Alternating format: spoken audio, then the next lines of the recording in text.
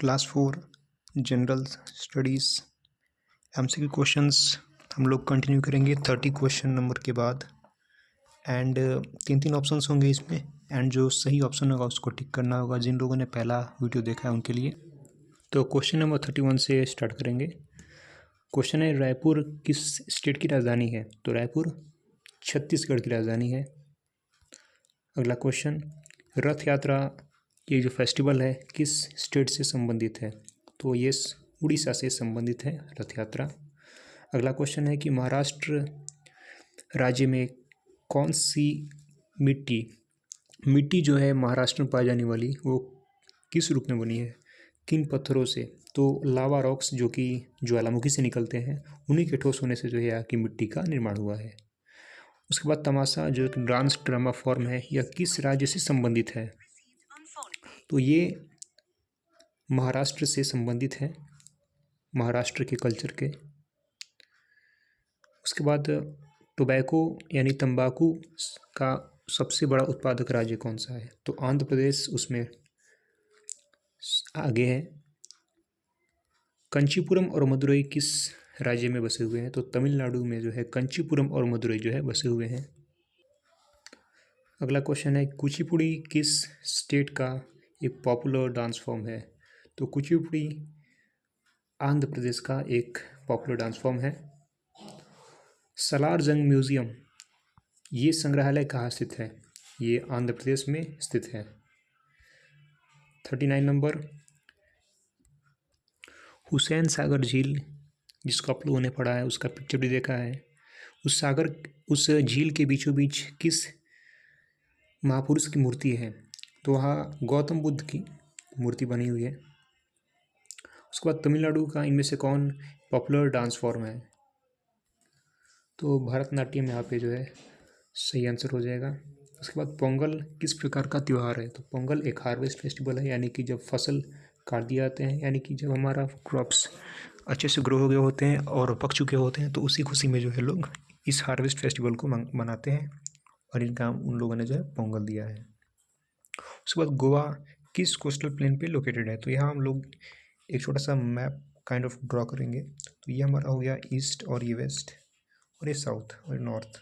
तो गोवा इस पोर्शन पे स्थित है, यहाँ पे गोवा इस साइड में है और ये वेस्टर्न साइड हो गया, यानी कि ये तटीय क्षेत्र जो है इनको कोस्टल प्लेन कहा गया है। और जैसा कि वेस्ट में है तो वेस्टर्न कोस्टल प्लेन, यानी कि हमारा नीचे वाला ये वाला वेस्टर्न कोस्टल प्लेन ये हमारा सही हो जाएगा आंसर। अगला क्वेश्चन है कि कोस्टल प्लेन्स जो है किसको घेरे हुए हैं? तो ये हमारा इंडिया हो गया साउदर्न पार्ट। तो बीच में ये वाला पोर्शन इतना ये पठार का है, प्लेटू रीजन है। तो ये जो कोस्टल प्लेन्स हो गए इतने सारे, ये कोस्टल प्लेन हो गया, कोस्टल प्लेन हो गया। तो इन कोस्टल प्लेन्स से जो है ये पठार गिरा हुआ है, डिक्कन का पठार। तो यहाँ जो हमारा करेक्ट आंसर हो जाएगा वो हो जाएगा डिक्कन प्लेटू, डिक्कन का पठार।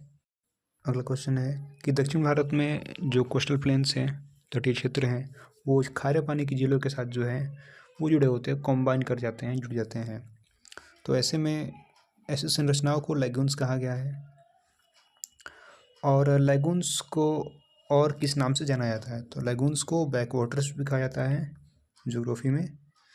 ईस्टर्न कोस्टल प्लेन्स जो हैं सबसे ज़्यादा चौड़े कहाँ पर हैं, यानी कि वाइडेस्ट कहाँ है, सबसे अधिक जो है चौड़ाई उनकी कहाँ पे है, किस स्टेट? तो पूर्वी तटीय क्षेत्र की सबसे अधिक चौड़ाई जो है यहाँ पे तमिलनाडु राज्य में हमें देखने को मिलती है। उसके बाद ईस्टर्न कोस्टल प्लेन यानी कि पूर्वी तटीय क्षेत्र जो हैं उनको किस नाम से जाना है? तो अगर हम यहाँ पे ड्रॉ करते हैं तो इसका एक नॉर्दर्न पार्ट भी होगा और इसका एक साउदर्न पार्ट भी होगा, इसीलिए इन दोनों बातों को ध्यान देना है। तो यहाँ नॉर्दर्न पार्ट को जो है नॉर्दर्न किरकार्स का नाम दिया गया है। पूर्वी तटीय क्षेत्र के जो उत्तरी भाग है, तो नॉर्थ और साउथ पार्ट हो गए, लेकिन उसके नॉर्थ दो पार्ट हैं, उत्तरी भाग, उसको यहाँ पे जो हम लोगों ने जो है नॉर्दर्न किरकार्स का नाम दिया है। अगला क्वेश्चन कि नॉर्दर्न किरकार्स किन दो नदियों के बीच हैं? कृष्ण पहली नदी और दूसरी नदी है महानदी। कृष्ण और महानदी के बीच जो है ये नॉर्दर्न किरकार्स जो है बसे हुए हैं। उसके बाद तमिलनाडु का जो तटीय क्षेत्र है, जो कोस्ट है, उसे क्या कहा गया है? तो तमिलनाडु के कोस्ट को जो है यहाँ पर हमने नाम दिया है कोरमंडल कोस्ट। अगला क्वेश्चन कि भारत में कौन सा कोस्टल प्लेन थिन है? तो इस प्रकार का हमारा साउदर्न पोर्शन, तो वेस्टर्न कोस्टल प्लेन जो है हमारा ये वाला, तो ये पोर्शन थिन है यानी पतला है, और यहाँ पे थोड़ी चौड़ाई ज़्यादा मिलती है हम लोगों को, इसीलिए हमारा सही उत्तर हो जाएगा western coastal plains. Western coastal plains जो क्या हैं, पतले हैं in comparison to eastern coastal planes.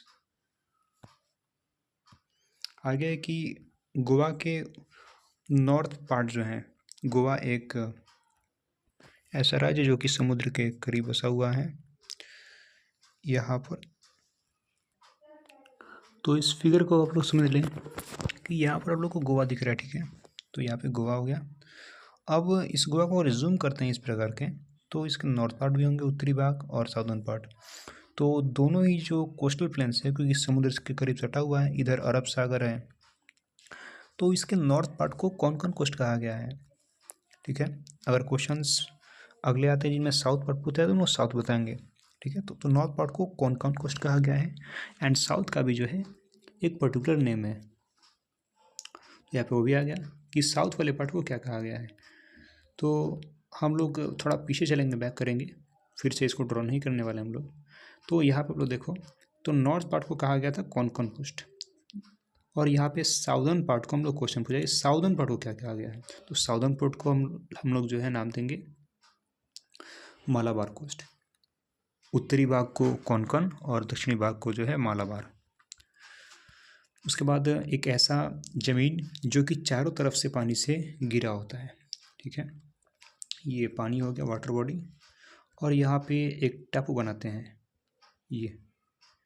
तो ऐसी जगह को जो है क्या नाम दिया गया है, ऐसी जगह को नाम दिया गया है एक आइलैंड, ठीक है, आइलैंड यानी कि द्वीप, टापू जो। अगला क्वेश्चन, इनमें से कौन आइलैंड ग्रुप नहीं है, यानी कि इनमें से कौन टापुओं का समूह नहीं है। तो अंडमान निकोबार आइलैंड्स है, निकोबार आइलैंड्स भी है इसमें, लद्दाख आइलैंड्स नाम के कोई आइलैंड नहीं होते हैं, ये नॉर्दर्न इंडिया में है लद्दाख, एंड ये कोई आइलैंड नहीं है। उसके बाद अंडमान की राजधानी कहाँ है, तो अंडमान की राजधानी है पोर्ट ब्लेयर, और अंडमान आइलैंड में एक जेल है और उस जेल का नाम है सेलुलर जेल। और इसका अगर इतिहास तो हमारे भारत के जो वीर बहादुर आंदोलनकारी थे जो अंग्रेजों के खिलाफ लड़ाई लड़ रहे थे, तो उनको बंदी बनाकर यहाँ पे रखा जाता था सेलुलर जेल में, ठीक है। उसके बाद अंडमान एंड निकोबार, तो यहाँ भी एक बात जान लेना जरूरी, तो ये ऊपर वाले जो टापू के समूह हैं वो अंडमान कहलाते हैं, और दक्षिण वाले निकोबार्स। और ये कोई एक यूनिट नहीं है बल्कि एक ग्रुप है छोटे बड़े आइलैंड्स का, और इन दोनों के बीच गैप है पानी का, और इस गैप को ही जो है 10 डिग्री चैनल कहा गया है, यानी कि ये एक ऐसा नहर चैनल जो इन दोनों आइलैंड्स को डिवाइड करता है दो हिस्सों में। उसके बाद अंडमान में रहने वाले जो लोग हैं उनका मुख्य पेशा क्या है, तो अंडमान में जो लोग रहते हैं उनका मुख्य पेशा जो है यहाँ पे। अगला क्वेश्चन है कि अंडमान के जो लोग हैं वहाँ का मुख्य पेशा क्या है, तो खेती वहाँ के लोग करते हैं मोस्टली, एग्रीकल्चर जो मेन ऑक्यूपेशन है अंडमान के लोगों का। लक्षद्वीप भी एक ग्रुप समूह है अंडमान और निकोबार की तरह, जो कि यहाँ स्थित है, ये हमारा इंडिया हो गया, यहाँ अरब सागर एंड यहाँ बे ऑफ बंगाल, यानी कि लक्षद्वीप जो है अरेबियन सी की तरफ है, यानी कि पश्चिम में। उसके बाद लक्षद्वीप की राजधानी कहाँ है, लक्षद्वीप की राजधानी जो है कावारती है। अगला क्वेश्चन, लक्षद्वीप आइलैंड्स जो है किन से घिरे हुए हैं, तो कोरल रीफ से जो है लक्षद्वीप द्वीप समूह जो है घिरा हुआ है, कोरल रीफ जो है। और बस इतना जान लो आप लोग की कोरल्स छोटे छोटे जो हैं समुद्री जीव होते हैं जो कि बहुत बड़ा स्ट्रक्चर संरचना तैयार करते हैं समुद्र के अंदर। उसके बाद भारत का सबसे बड़ा रेगिस्तान थार है, रेगिस्तान है तो यहाँ पर डेजर्ट से हो जाएगा, थार क्या है, एक डेजर्ट। लक्षद्वीप का मेन इंडस्ट्री नारियल उत्पादन है, और लक्षद्वीप के लोगों का मुख्य आजीविका का स्रोत जो है फिशिंग है, यानी मछली पकड़ना, उसको बेचकर पैसे कमाना। कोस्टल प्लेन्स इसको कवर नहीं करते हैं। तो इंडिया के मैप में ये मध्य प्रदेश दिख रहा है आप लोगों को, ये बीचों बीच है, यानी कि चारों तरफ से समुद्र नहीं है, इसलिए मध्य प्रदेश सही उत्तर हो जाएगा। उसके बाद द्वारका एक श्रद्धालु स्थल, धार्मिक स्थल, ये कहाँ स्थित है? तो ये गुजरात में है द्वारका। गुजरात में कौन सा नेशनल पार्क लोकेटेड है? तो गिर नेशनल पार्क, जो कि लायंस के लिए काफ़ी फेमस है। तो हमने चर्चा किया कि लायंस, एशियाटिक लायन, जो लायन एशिया महाद्वीप में पाए जाते हैं, उनको यहाँ पे कंजर्व किया गया है ताकि उनकी प्रजाति जो विलुप्त ना हो। बड़ौदा किस मिल्क दूध की ब्रांड की डेयरी जो है बड़ौदा में स्थित है? उस ब्रांड का नाम बताना है। गुजरात के बड़ौदा में जो है कौन सा मिल्क ब्रांड की डेयरी लोकेटेड है? तो वहाँ अमूल डेयरी वहाँ लोकेटेड है। गुजरात में कौन सा प्लेस टेक्सटाइल के लिए काफ़ी फेमस है, कपड़ों के लिए? तो अहमदाबाद टेक्सटाइल सेंटर है। गुजरात के लोग मुख्य रूप से बिजनेसमैन होते हैं, व्यापारी, सामान बेचते हैं, पैसे कमाते हैं। गुजरात में सिल्क यानी कि रेशम की साड़ियाँ कहाँ बनती हैं? गुजरात के पठान में जो है सिल्क साड़ीज बनाई जाती हैं। अगला क्वेश्चन, कौन सा शहर ज़ारी वर्क के लिए फेमस है, जो कि कपड़ों पे किया जाता है? ज़ारी वर्क, ज़ारी कढ़ाई के लिए जो है सूरत शहर काफ़ी फेमस है। टाई और डाई के लिए जो है कौन सा शहर फेमस है? टाई और डाई के लिए जामनगर फेमस है। गुजरात के लोगों को क्या कहा गया है? उन्हें गुजराती कहा गया है। जैसे बिहार के लोगों को बिहारी, गुजरात के लोगों को गुजराती, से प्लूरल है। उसके बाद गुजराती लोग मुख्य रूप से किस फैमिली में रहते हैं? उनका फैमिली किस प्रकार का होता है? तो वो ज्वाइंट फैमिली में रहा करते हैं, चाचा, दादा दादी, यानी कि बड़ा फैमिली होता है। और गुजराती फूड जो है मुख्य रूप से वेजिटेरियन होती है, यानी कि मांसाहार उसमें नहीं होता है, शाकाहारी भोजन जो पौधों से प्राप्त होता है। गुजरात के फोल्क डांस को क्या कहा गया है? रास गरबा नाम दिया गया है गुजरात के फोल्क डांस को। उसके बाद मध्य महाराष्ट्र के जो कोस्टल प्लेन्स है उसको क्या नाम दिया गया है?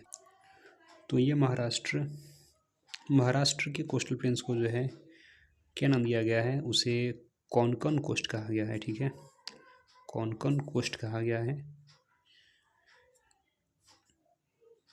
अगला क्वेश्चन, ये लास्ट करेंगे, ये वाला आज इतना ही। कोंकण कोस्ट की विड्थ कितनी है, चौड़ाई कितनी है? तो कोंकण कोस्ट की चौड़ाई जो है 50 से 80 किलोमीटर है। क्वेश्चन नंबर 81 से कंटिन्यू करेंगे।